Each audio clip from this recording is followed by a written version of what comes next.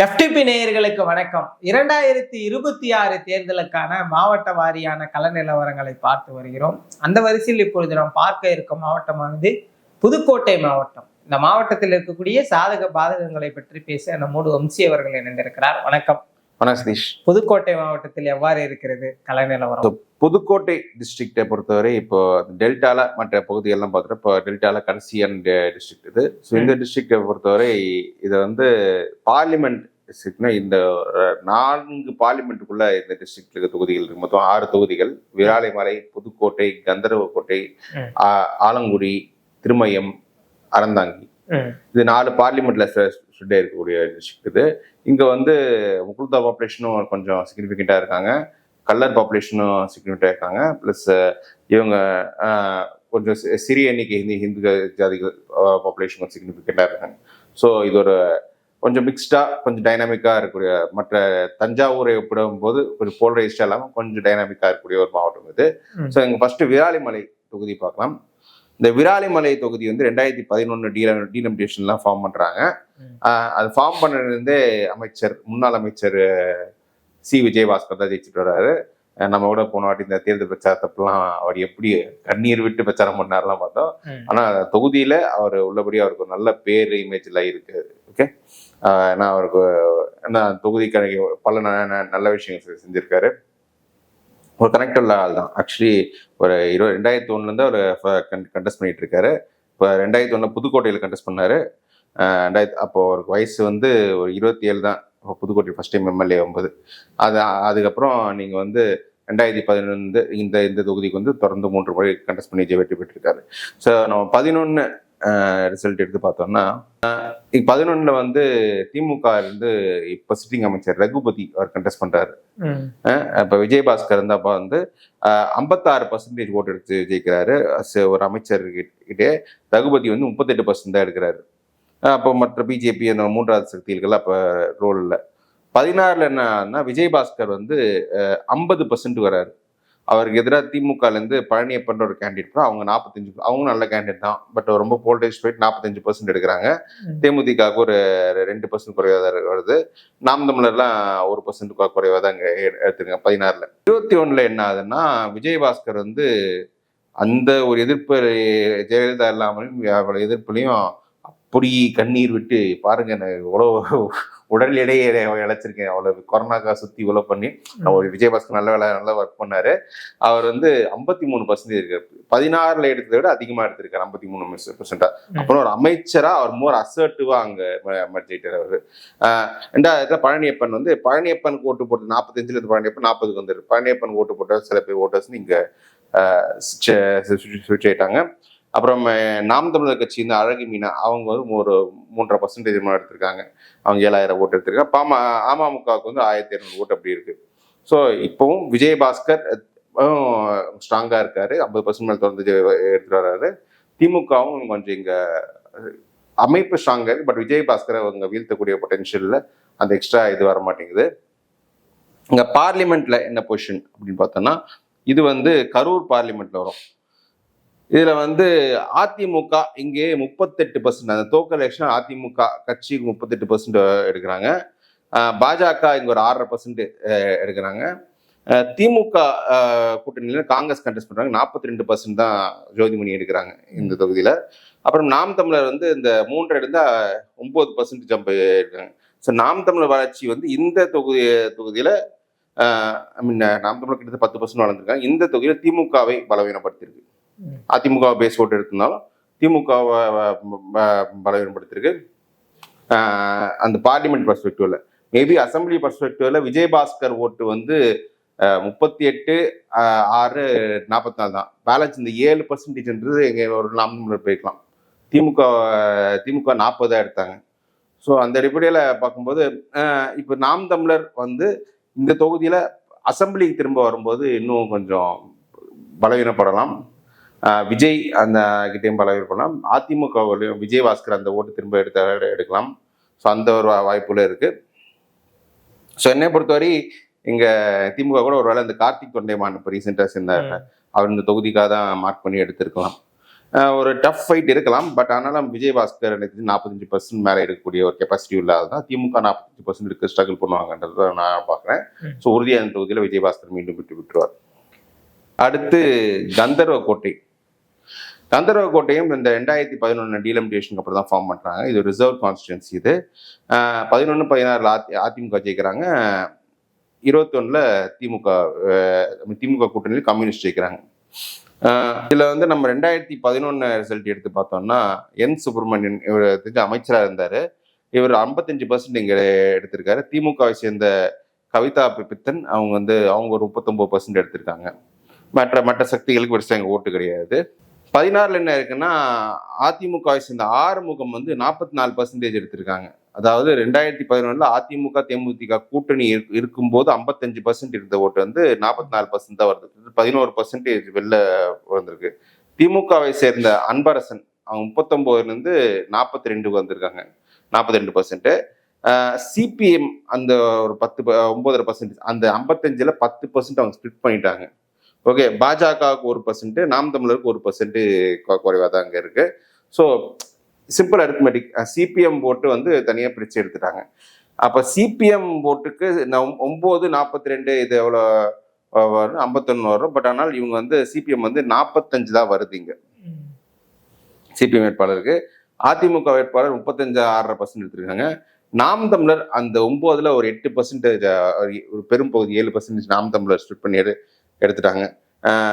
அமமுகவும் அதிமுகவை கொஞ்சம் பலவீனப்படுத்தி அந்த ஓட்டு எடுத்துட்டாங்க. ஸோ இதுதான் இங்க இந்த தொகுதியில அவங்க இது. பார்லிமெண்ட் பொசிஷன் இது திருச்சி பார்லிமெண்ட் வரும். இவர் துரை வைகோ இங்க கண்டெஸ்ட் பண்ணாரு. இங்க பாத்தீங்கன்னா மதிமுக 49% எடுத்திருக்காங்க. ஓகே, அது டீசென்டான ஓட்டு. அமமுக 6.5%, அந்த 8ல் எடுத்து பாஜகவோட நிற்கும் போது 8ன்றது 6.5 குறைச்சு. அமமுகவே இங்க ஸ்ட்ரக்சரா இங்க வீக்கரா இருக்கு. அதிமுக 26%. ஸோ அதிமுக 30 அவங்க அதிமுக பாஜக கூட்டணி சேர்ந்து வந்தது 36 என்னமோ. அது 36 கிட்ட இருந்து இங்க இன்னும் ஒரு 10% வெளில வந்திருக்கு. அந்த வெளில வந்தது கூட எங்க பெருசா போயிருக்குன்னா நாம் தமிழருக்கு போயிருக்கு. நாம் தமிழர் 3% போயிருக்கு. திமுக அணிக்கு அவங்க 45 48 போயிட்டாங்க. ஸோ இது இப்படிதான் இருக்கு. ஸோ இந்த தொகுதியை பொறுத்தவரை இப்போ ஒருவேளை அமமுக இவங்க கூட்டணி வைத்தாலும் எனக்கு தெரிஞ்சு அந்த 40 அந்த 5 இருக்கும். மீண்டும் கம்யூனிஸ்ட் ஓட்டு கொஞ்சம் இருக்கு. நாம் தமிழர் அமமுக ஓட்டு கொஞ்சம் எடுக்கலாம். இவங்க விஜயும் கொஞ்சம் அந்த ஓட்டு கொஞ்சம் எடுக்கிற பட்சத்தில் நான் கம்யூனிஸ்டுக்கு இந்த தொகுதி நான் மீண்டும் வெற்றி பெற வாய்ப்பு இருக்குன்னு நினைக்கிறேன். புதுக்கோட்டை தொகுதி. புதுக்கோட்டையில திமுக ஆரம்ப காலத்துல பாசிட்டிவ் கொஞ்சம் எஸ்டாப்ளிஷ் ஆயிருக்காங்க. 62 எஸ்டாப்ளிஷ் ஆயிருக்காங்க. பட் அதுக்கப்புறம் 67 தொடர்ந்து 20 ஆண்டு காலம் இது காங்கிரஸ் கட்சி தாங்க வெற்றி பெற்று வந்திருக்கு. மாறி மாறி காங்கிரஸ்ல சென்ற வேட்பாளர் 2-3 பேர் ஜெயிச்சிருக்காங்க. இங்க ரகுபதி எல்லாம் கொஞ்சம் காங்கிரஸ்ல இருந்தார். அவங்க ஸ்ட்ராங்கா இருந்த ஏரியா அது. அப்புறம் 89 தான் முதல் முறை திமுக வெற்றி பெறுது. அப்புறம் அதிமுக ஃபர்ஸ்ட் டைம் 2001 விஜயபாஸ்கர் வச்சுக்கிறார். பேராயமயத்தை பொறுத்தவரை இவர் இங்க புதுக்கோட்டையில் ஜெயிக்கிறார். அவர் 2001 ஜெயிக்கிறாரு. அதுக்கப்புறம் அப்புறம் தொடர்ந்து அதிமுக 2001, 6, 11 அதிமுக கூட்டணி கம்யூனிஸ்ட். அது 12 தான் கார்த்திக் தொண்டைமான் இங்க ஒரு இடைத்தேர்தல் வச்சுக்காரு. இப்ப திமுக சேர்ந்துருக்காருல. 16, 21 திமுக மாசம் இந்த தொகுதி வருது. திமுகவும் 2 வேட்பாளர்கள், 16ல் ஒரு வேட்பாளர், 21 வேட்பாளர் ஜெயிக்கிறாங்க. முத்துராயர் நினைக்கிறேன், அவர் வச்சு வெற்றி பெறுறாங்க. இந்த தொகுதியில 2011 டைனாமிக்ஸ் எடுத்து பார்த்தோம்னா SP முத்துக்குமரன்ற CPI வேட்பாளர் கிட்டத்தட்ட 47% ஓட்டு எடுக்கிறாரு. அவர் எதிர்த்து திமுக பெரியண்ணன் அவர் தான் 89-96 ஜெயிச்சாரு. இவரும் ஒரு நல்ல ஓட்டு 46% எடுக்கிறார். கிட்ட ஒரு ஸ்மால் மார்ஜின் தான், ஒரு 3000 ஓட்டு கிட்ட தான் இவங்க தோக்குறாங்க. மாற்று பிளேயர்ஸ் நம்பர்ஸ் பிஜேபிக்குள்ள ஒரு 1%, 1.25% ஓட்டு அங்க இருக்கு. இது 16 என்ன ஆகுதுன்னா திமுக பெரியண்ணன் அரசு, அது அவரோட சன்னு. அவர் கிட்டத்தட்ட 39% இங்க எடுக்கிறாரு, எடுத்து ஜெயிக்கிறாரு. அதிமுக சேர்ந்த கார்த்திக் தொண்டைமான் வந்து 38% ஓட்டு எடுக்கிறாரு. அதாவது கம்யூனிஸ்ட் திமுக 17ல 47 46 இருந்ததுல 39 38 வருது 2016ல. பெருசா எங்கன்னா செக்கோலிங்கம் இண்டிபெண்டன்ட் கேண்டிடேட் அவர் 13% ஓட்டு பண்ணியிருக்காரு. தேமுதிக அவங்க ஒரு 4.5% ஓட்டு எடுத்திருக்காங்க. மற்ற கட்சிகளும் பெருசா சொல்லிக்கலாம் பெருசா ஓட்டு ஸ்பிட் பண்ணல. ஸோ அந்த ஒரு இண்டிபெண்டன்ட் வந்து 2 சைஸ் ஓட்டு ஸ்பிட் பண்ணதுல 2 கட்சியும் பலவீனப்பட்டிருக்காங்க. இதுல 21ல என்ன இருக்குன்னா திமுக அந்த ஓட் ஸ்பிட் நடக்காம திரும்ப பழைய இதுக்கு போயிருக்காங்க. திமுக அவங்க ஓட்டு எயிட்டீன் பண்ணிட்டாங்க. 46 பிளஸ் ஒரு பர்சன்ட் கொஞ்சம் எங்கிருந்து எடுத்து 47 பண்ணா. பட் அதிமுக எயிட்டீன் பண்ண முடியல. அவங்க ஓட்டு வந்து வெளில நாம் தமிழருக்கு கொஞ்சம் போயிருக்கு. நாம் தமிழர் வந்து 1% கம்மியா இருந்தது, 6%. அதிமுக ஐடியில் 47 வரணும். நீங்க 2011 கணக்குப்படி அவங்க 1% திமுக போய் 6% நாம் தமிழர் போனதால 21ல அவங்களால இங்க வெற்றி பெற முடியல. மக்கள் நீதி மையமும் இங்க ஒரு 2% ஓட்டு அவங்க எடுத்தாங்க. தேமுதிக ஒரு 1% எடுத்திருக்காங்க. ஸோ இங்க வந்து நீங்க பார்லிமெண்ட் பொசிஷன் எப்படி இருக்குன்னு பார்த்தோம்னா திருச்சி பார்லிமெண்ட்ல வரும். துரை வைகோ இங்கேயும் 48% எடுத்துடுறாரு. அமமுக வேட்பாளர் வந்து அவர் ஒரு என்டிஏல 8% கிட்ட எடுக்கிறாரு.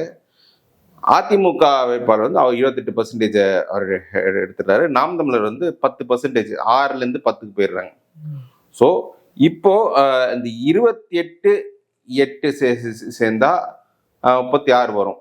ஓகே, இதுல வந்து திமுக வந்து அவங்க கன்சிஸ்டண்டா 46 45 பேர் இருக்காங்க. இதுல நாம் தமிழர் வந்து வெளில போன ஓட்டு திரும்ப உள்ள வருமா என்பது அது ஒரு பெரிய கொஸ்டின். அவங்க வந்து கரெக்டா எப்படி ஆர்கனைஸ் பண்ணி கொண்டு வராங்க அப்படின்றது தெரியல. அதனால எனக்கு தெரிஞ்சு திமுக வேட்பாளருக்கு கொஞ்சம் எப்படி எதிர்ப்பு அதெல்லாம் கொஞ்சம் என்கொயர் பண்ண நம்ம கோயிங் ஃபார் கொஞ்சம் என்கொயர் பண்ணலாம். பட் எனக்கு தெரிஞ்சு இந்த தொகுதியில் திமுகவோட கெப்பாசிட்டி 42 மேல இருக்கும்னு.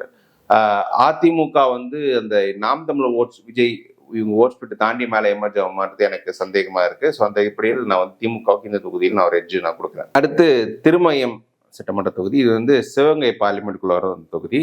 இங்கேயும் கொஞ்சம் செட்டியார் இவங்க முத்திரையர் அவங்கலாம் பாப்புலேஷன் கொஞ்சம் நல்லா இருக்கு. இங்க வந்து ஆரம்பம் முதலே திமுக வர்சஸ் காங்கிரஸ் தான். இங்க வந்து 67 71 திமுக ஜெயிச்சு, அதுக்கு 62ல காங்கிரஸ், அப்புறம் 77 80 84லாம் இங்க காங்கிரஸ் ஸ்ட்ராங்கா ஜெயிச்சது. 89ல திமுக வெற்றி பெறாங்க. 91ல ரகுபதி வந்து இதுல அதிமுக ஜெயிக்கிறாரு. அவர் காங்கிரஸ் இருந்தா அப்புறம் எம்பிஏ ஜெயிக்கிறாரு. அப்புறம் 96ல காங்கிரஸ் தமிழ் மாநில காங்கிரஸ் கூட்டணியில, 2001ல அதிமுக, அப்புறம் 6லயும் காங்கிரஸ், இப்போ 11லயும் அதிமுக. அதுக்கப்புறம் 16 21ல தான் மீண்டும் ரகுபதி இங்க வந்து வெற்றி பெறார். ஸோ கிட்டத்தட்ட எப்படி பார்த்தோம்னா 89க்கு பிறகு ஒரு 16 வரை அந்த ஒரு 27 ஆண்டுகள் வந்து திமுக ஜெயிக்கிறார். ஃபர்ஸ்ட் திமுக காங்கிரஸ் இருந்து அப்புறம் காங்கிரஸ் அதிமுகன்னு போச்சு. அது அந்த காங்கிரஸ் பலவீனத்தை 16ல இங்க திமுக இங்க படிச்சாங்க. ஸோ இங்க வந்து 2011 பொசிஷன் பார்த்தோம்னா 11ல அதிமுக வேட்பாளர் வைரமுத்து வந்து 58% எடுக்கிறாரு. அங்க ஏத்துக்கின காங்கிரஸ் வேட்பாளர் சுப்ரம் என்றவர் வந்து 35% எடுக்கிறாரு. பாஜகவுக்கு வந்து இங்க ஒரு 2% ஓட்டு 11ல இருக்கு. நீங்க 16ல எடுத்துட்டீங்கன்னா ரகுபதி வந்து 46% எடுக்காரு. ஸோ கிட்டத்தட்ட காங்கிரஸ் இருக்கும் 35% எடுத்த ஒரு அணி வந்து 46% எடுக்குது. அதிமுக வந்து அதை பலவீனப்படுது. அதிமுக பலவீனத்துல ரகுபதிக்கு ஒரு பெனிஃபிட் கிடைக்குது. அந்த 58 இருந்து அதிமுக தேமுதிக கூட்டணியில 58ல இருந்து இவங்க மர்ஜாராங்க. அதிமுக வந்து இங்க 45% அவங்களோட சின்ன ஓட்டு டிஃபரன்ஸ் இல்லை. அவங்களோட ஒரு 1000 ஓட்டு கம்மி டிஃபரன்ஸ் அதிமுக இங்க தோல்வி, திமுக வெற்றி பெறாங்க. தமிழ் மாநில காங்கிரஸ் அவங்க ஒரு 3% அந்த மக்கள் நல கூட்டணி எடுக்கிறாங்க. நாம் தமிழருக்கெல்லாம் ஒரு 1.5% அப்படிதான் இருக்கு. பாஜகவும் அந்த 2லேருந்து 1.5% இங்க வந்துட்டாங்க 2016ல. ஸோ இவங்க திமுக அந்த அதிமுக எக்ஸஸா எடுத்த ஓட்டு வந்து அது மக்கள் தேமுதிக எல்லாம் ஃபார்ம் பண்ணாங்கல்ல, அது மூலியமா திமுகவுக்கு இந்த தொகுதியில வந்திருக்கு.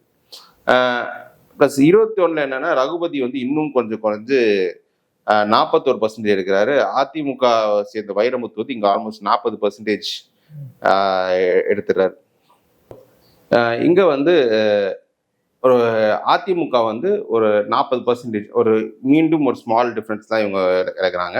நாம் தமிழர் வந்து 11,000 ஓட்டு எடுக்கிறாங்க. இவங்க ஒரு 6.5% ஓட்டு நம்ம. இதனால தான் வந்து இது 2 பேருக்கும் இதுல செட்பேக் இருக்கு. எப்படி நீங்க வந்து நம்ம இன்னொரு தொகுதி பார்த்தவங்க சொக்கலிங்கம் புதுக்கோட்டையில் இங்க 6% வந்து திமுக செட்பேக் இருக்கு, இவங்க செட்பேக் இருக்கு. இவங்க 41%ல இங்க நிக்கிறாங்க. மக்கள் நீதி மையம் அமமுகலாம் 1% ஓட்டு கம்மியா தான் இருக்காங்க. இங்க பார்லிமெண்ட்ல என்ன இருக்குன்னா, பார்லிமெண்ட்ல வந்து காங்கிரஸ், இது சிவகங்கை பார்லிமெண்ட், காங்கிரஸ் வேட்பாளர் கார்த்தி சிதம்பரம் வந்து 43% தான் எடுக்கிறாருங்க. கார்த்தி சிதம்பரத்துக்கு தனிப்பட்ட முறையில் அங்கே எதிர்ப்பு இருக்கலாம், ஆனால் அவரோட ஒரு பேச்சுகள்லாம். அப்புறம் 26% தான் அதிமுக எடுக்குது, 40 26. பாஜகவுக்கு வந்து இங்கே 12% இங்கே இருக்கு. ஸோ அவங்க 38% இருக்கு.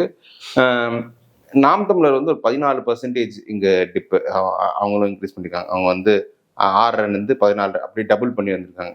ஸோ வந்து நாம் தமிழர் குரோத் வந்து இங்கே கொஞ்சம் அதிமுகவை பலவீனப்படுத்தி இருக்கு. ஏன்னா அதிமுக 26 13 39 வருது, ஒரு சிறிய பாதிப்பு இருக்கு. அப்புறம் அவங்க மாட்டுன்னு வந்த வேற சில ஃபோர்ஸஸ் எல்லாம் கொஞ்சம் இது பண்ணியிருக்காங்க. ஸோ என்னை பொறுத்தவரை இந்த தொகுதியில வந்து கொஞ்சம் ஃபைட் டைட்டாக தான் இருக்கும். அதிமுக வைரமுத்து நல்ல கேண்டிடேட் இருக்கிறதால நான் வந்து இதுல அவருக்கு இந்த முறை ஒரு ஸ்மால் ஏஜ் கொடுக்கலாம். பட் ஆனால் ரகுபதி வந்து சிட்டிங் மினிஸ்டரா இருந்தது, அவருக்கு எப்படி ஸ்பெண்டிங் எல்லாம் கொஞ்சம் அக்ரெசிவா இருக்கும், அதுக்கும் வாய்ப்பு இருக்கு.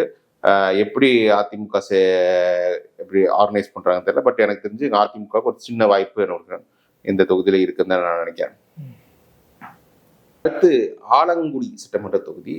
இந்த ஆலங்குடி சட்டமன்ற தொகுதி வந்து இங்க இந்த பெல்ட்டை பொறுத்தவரைக்கும் காங்கிரஸ் திமுக அப்படிதான் இதா இருக்கு. கொஞ்சம் அதிமுக கொஞ்சம் மற்ற தொகுதி இல்லாம அவங்க அதிமுகவும் கொஞ்சம் 80கள் அப்படியே மறைச்சிட்டாங்க. நீங்க பாத்தீங்கன்னா திமுக வந்து 62 67 71 திமுக ஜெயிக்குது, 77 காங்கிரஸ் ஜெயிக்கிறாங்க, 80 84 அதிமுக.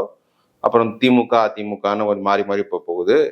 ஒரு வெங்கடாச்சலம் என்ற அதிமுக வேட்பாளர் வந்து இண்டிபெண்டாவும் ஜெயிக்கிறாரு. அப்புறம் அதிமுக இண்டிபெண்டா 96 ஜெயிக்கிறாரு, 2001 போய் அதிமுக ஜெயிக்கிறாரு. அப்புறம் 6 திமுக, 11 அதிமுக ஜெயிக்கிறார். அப்புறம் 16 21 திமுகவை சேர்ந்த அமைச்சர் மெய்யநாதன் வந்து தொடர்ந்து 2 முறை ஜெயிக்கிறாரு.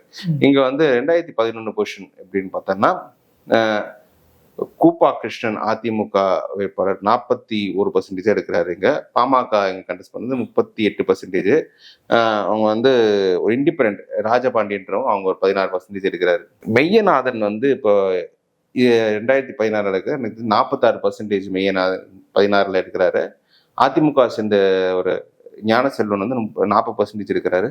மதிமுக இங்க ஒரு 7% இருக்கிறாங்க. எனக்கு தெரிஞ்சு அதிமுக ஸ்ட்ரக்சர் இது கம்மி, அந்த ஸ்ட்ரக்சர்ல வந்து இன்னும் ஓரளவுக்கு 40% மெயின்டைன் பண்ணியிருக்காங்க. என்னன்னா இதுல வந்து மாற்றுன்று நினைக்கிறதுக்கு ஓட்டும் கொஞ்சம் இருக்குன்ற சில ப்ரொடெஸ்ட் ஓட் மாதிரி. இதுல மெயினா இந்த இண்டிபெண்டன்ட் மோஸ்ட்லி நான் 11 பார்த்தோம்ல, ஒரு முத்திரையர் கமிட்டியா தான் இருக்கு. ஸோ அந்த முத்திரையருக்கு இங்கே ரெப்ரஸன்டேஷனுக்காக தான் வேணும். இப்போ திமுகவை சேர்ந்த ஒரு முத்திரையர் கேண்டிடேட் போடும்போது அந்த 13% லார்ஜ் செக்ஷன் திமுக பின்னாடி வருது. அவங்க இப்போ 46% இருக்கிறாங்க. நீங்க 21 பார்த்தோன்னா இவர் மெய்யநாதன் வந்து 51% போயிடுறாரு. அதிமுக இன்னும் கொஞ்சம் பலவீனப்பட்டு 36% நிற்கிறாங்க. அந்த மதிமுக எடுத்த 7%ல வந்து பெரும் பகுதி வந்து நாம் தமிழருக்கு போகுது. நாம் தமிழர் மாற்று நிற்கிறதால அது 9% அதில் போகுது. அதிமுகவும் கொஞ்சம் ஓட்டு இழந்திருக்காங்க. ஸோ என்னை பொறுத்தவரை இதுக்கு வந்து முத்திரையர் கன்சால்டேஷன் தான் இங்கே திமுக பெரிய ப்ளஸ்ஸாக இங்கே இந்த தொகுதி இருக்கு.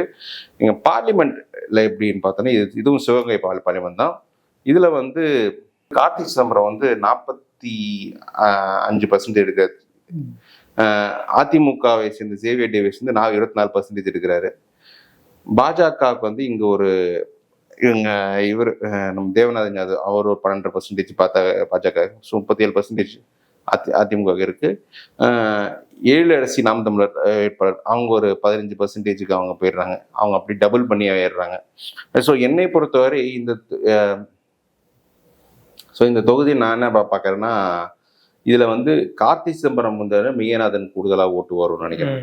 அது அதிமுக 38 அந்த ரேஞ்ச் தான் இருக்கு. இந்த 15 திரும்ப வருமா, எந்த அளவுக்கு திரும்ப வரும் எனக்கு தெரிஞ்சு. மெய்யநாதன் ஓட்டு போட்ட 15 வந்து இங்க நாம் தமிழர் ஷிஃப்டே இருக்கு. அது வந்து மெய்யநாதன்னா திரும்ப வரலாம், அந்த முத்திரையர் ஓட்டு கொஞ்சம் வந்துடலாம். அந்த அடிப்படையில் நான் வந்து இந்த தொகுதி வந்து திமுகவுக்கு ஃபேவரபுளாக தான் நான் கொடுக்குறேன். அடுத்து அறந்தாங்கி தொகுதி. இந்த அறந்தாங்கி தொகுதின்றது கிட்டத்தட்ட திருநாவுக்கரசர் கோட்டையாக தான் இருந்தது. ஆரம்பத்தில் திமுக இங்கே பாசிட்டிவாக எஸ்டாப்ளிஷ் ஆகி 62, 67, 75 வச்சிருக்கு. அதுக்கப்புறம் 77லேருந்து தொடர்ந்து திருநாவுக்கரசர் வந்து ஒரு 99 வரைக்கும் ஜெயிக்கணும். 99 கூட அவர் பார்லிமெண்ட் எம்பி ஆனோடனே அவங்க எம்ஜிஆர் திமுக வச்சிருந்தார். அப்போ அவர் போட்ட கேண்டிடேட் 2 வாட்டி ஜெயிக்கிறாரு. 2006 வரை அவர் கட்சி அவரிடம் தான் இது இருந்தது. 2006 திமுக கூட்டணி ஜெயிக்கிறாங்க. 11 வந்து அதிமுக ஜெயிக்கிறேன். 11-21 இப்போ 2021 திருநாவுக்கரசோட சன் அவர் வந்து ராமச்சந்திரன் அவர் ஜெயிக்கிறாரு. ஸோ இப்போ 11 ரிசல்ட் எடுத்து பார்த்தோம்னா 11லேயே திருநாவுக்கரசர் கண்டெஸ்ட் பண்ணியிருக்காருங்க. அவர் கண்டெஸ்ட் பண்ணி 40% எடுத்திருக்காரு. ஆனால் அதிமுக வேட்பாளர் திரு ராஜநாயகம் வந்து 53% எடுத்திருக்காரு. பிஜேபிக்கு வந்து இங்கே ஒரு 2% ஓட்டு இருக்கு.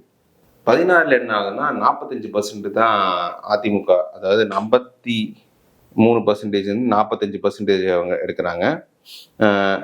திருநாவுக்கரசோட சன் அவர் கண்டெஸ்ட் பண்றாரு, 44% எடுக்கிறாரு. ஸோ ஒரு 1% ஒரு சின்ன மார்ஜின்ல தான் அவரும் தோக்குறாரு. ஒரு 1.5% ஓட்டு தான் அப்படி தோத்துருக்காரு. 2000 ஓட்டு டிஃபரன்ஸு. சிபிஐக்கு வந்து இங்கே 4% மக்கள் நல கூட்டணியில் வந்தது.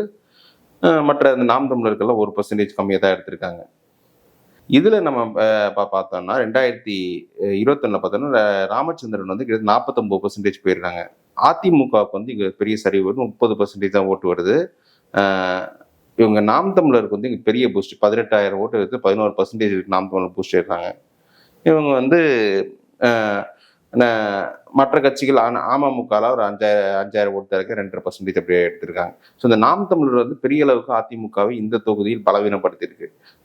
ஆனால் 45 இருந்தவங்க 30க்கு வந்துட்டாங்க. ஒரு 4% ராமச்சந்திரன் கேள்வி, இந்த 10% இதுக்கு எழுந்திருக்காங்க. பார்லிமெண்ட் பொசிஷன் பார்த்தோம்னா இது ராமநாதபுரம் பார்லிமெண்ட்ல ஓபிஎஸ் கண்டெஸ்ட் பண்றாரு. இங்க வந்து பார்த்தோம்னா இங்க ஐயுஎம்எல் வந்து 51% போயிட்டு இருக்காங்க. ஏன்னா இங்க வந்து மரவர் கன்சாலிடேஷன் கொஞ்சம் ஐயுஎம்எல் நடந்திருக்கு. ஓபிஎஸ்க்கு மரவர் கன்சாலிடேஷன் நடக்கும்போது ஓபிஎஸ்ஸால இங்க 26% எடுக்க முடியுது. அதிமுக வந்து இங்க டெபாசிட் தொகுதி ராமநாதபுரம் அவங்க 7.5% எடுக்கிறாங்க அதிமுக. நாம் தமிழர் வந்து அந்த 11% இந்த ஓபிஎஸ் நின்னதால அந்த ஓட்டு கொஞ்சம் வெளில போயிருக்கு. இப்ப நான் என்ன நமக்கு அந்த கேண்டிடேட் அதுக்கு ஏற்ற மாதிரி என்னன்னா நாம் தமிழர் பலவீனப்படுது. நாம் தமிழர் நீங்க பாத்தீங்கன்னா 2021 இதே தொகுதியில் நாம் தமிழர் 11% இருக்கிறாங்க. ஒரு 2% ட்ராப் ஆகுது. காரணம் ஓபிஎஸ் ஒரு மாற்று சக்தி அங்க இருந்ததால நாம் தமிழர் கொஞ்சம் பலவீனப்படுது. ஸோ என்னை பொறுத்தவரை இந்த தொகுதியில வந்து ஃபர்ஸ்ட் ராமச்சந்திரன் அவர் கம்ஃபர்டபுளா இருக்காரு. 45% நம்ம ஒருத்தநாடுல பார்த்த ப்ரொபோஷன் மாதிரி தான். இதுக்கு ஆப்போனன்ட் யாருன்னே இங்க இன்னும் சரியா டிசைட் ஆகல. அதுதான் அட்வான்டேஜ். அதனால ராமச்சந்திரன் இந்த தொகுதியில் மீண்டும் வெற்றி பெற்றுவார். புதுக்கோட்டை மாவட்டத்தில் இருக்கக்கூடிய 6 சட்டமன்ற தொகுதிகளுடைய நிலவரத்தை சொன்னீங்க. அந்த 6 சட்டமன்ற தொகுதிகள் விராலிமலை, கந்தர்வக்கோட்டை, புதுக்கோட்டை, திருமயம், ஆலங்குடி, அறந்தாங்கி. இந்த 6 சட்டமன்ற தொகுதிகள்ல 2021 வந்து விராலிமலையில அதிமுக வெற்றி பெறாங்க. 2026 அதிமுகவே தன் கைவசம் வச்சுக்கிறாங்க. கந்தர்வக்கோட்டை 2021 சிபிஐ வச்சிருக்காங்க கம்யூனிஸ்ட். அதுக்கப்புறம் 2026 திமுக கூட்டணி தான் வெற்றி பெறதுக்கான வாய்ப்பு இருக்கு. 2021 புதுக்கோட்டையில வந்து திமுக, 26 திமுக, திருமயம்ல வந்துட்டு 21 திமுக, ஆனா 26 அதிமுக வெற்றி பெறதுக்கு வாய்ப்பு உள்ளதா சொல்லியிருக்கீங்க. ஆலங்குடி வந்து 2021 திமுக, 2026 திமுக தான் மீண்டும் வெற்றி பெறாங்க. அறந்தாங்கி வந்து திமுக காங்கிரஸ் கூட்டணி வந்து 2021 வெற்றி பெறுகிறது. 2026 மீண்டும் இந்த கூட்டணியை தான் வெற்றி பெறுகிறது. புதுக்கோட்டை மாவட்டத்தில் இருக்கக்கூடிய கலை நிலவரங்களை தெளிவா சொன்னீங்க. நம்ம மேலும் ஒரு மாவட்டத்தில் சந்திக்கலாம். நன்றி.